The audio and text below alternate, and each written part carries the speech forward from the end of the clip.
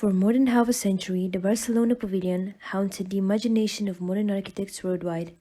Here was one of the most enticing, beautiful, and refined buildings of all time, and yet it had stood for no more than a few months before it was pulled down. Even then, these were enough to inspire perfect look-alike designs over several decades to guys from new houses and art galleries.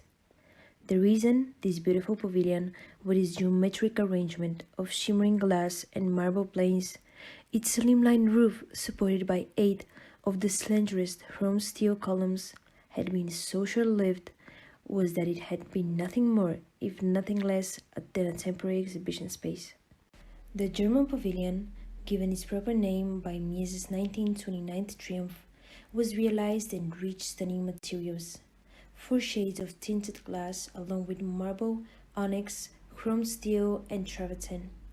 Set on a travertine plinth, its gleaming offset walls created subtle spatial illusions enhanced by sunlight and moonlight, shimmering and sparkling from both the rich building materials and from the rectangular pool that permeated the structure. Walking through the pavilion with reflections of sun-dappled water playing on either side of the roof, and breezes wafting through the open walls, it was hard to tell interior from exterior. It was built quickly, as you expect of an exhibition stand, and yet the quality of the materials Mies chose meant that the German pavilion looked as if it would last for decades rather than months. The roof, a thin plane of concrete rendered of steel, appeared to float over the structure, creating the extraordinary effect of a building that was once substantial and ethereal. The building, covered by 2 thin flat roofs, the structure of the main pavilion roof is composed of I-beams supported by 8 circuform steel columns, encapsulated in a chromium-plated steel jacket, and by several rectangular steel columns concealed within the walls. The design, together with the white color of the roof slab painting, makes the roof look like it's floating without any support. The dreamlike sensation was reinforced by the fact that there was nothing to see inside beyond the architecture itself, save for a single sculpture of a female nude by German artist George Kolb and the architect's new leathern home steel Barcelona chairs. While other nations worked hard to show what they were made of through rich and eclectic displays of art and design, Weimar Germany chose to represent itself through this minimalist and ethereal pavilion alone. Barcelona chair, which has later become a 20th century icon and is still produced by No today. Many buildings around the world have been influenced by the design of the Barcelona pavilion. That's why we see some very well-liked architects use some of the design qualities of Mies' structure.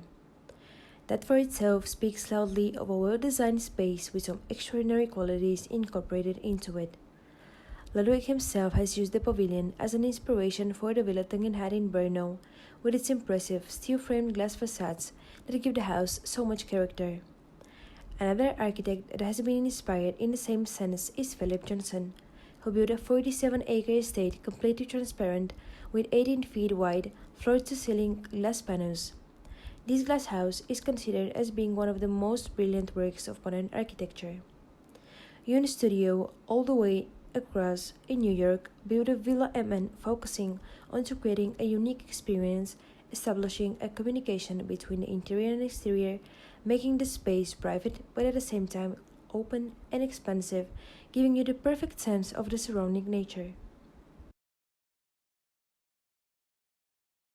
The pavilion was visited by hundreds of thousands of people.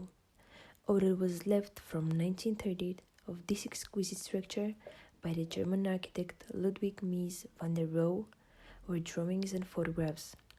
The memory of the Barcelona pavilion, however, lived on. It had demonstrated how beautiful and lyrical modern architecture could be. In 1983, the Fundació Mies van der Rohe was set up in Barcelona with the aim of recreating the legendary pavilion, and partly as a result, there was indeed a revival of a purist modernism in Europe and the United States in the 80s and through the following decade.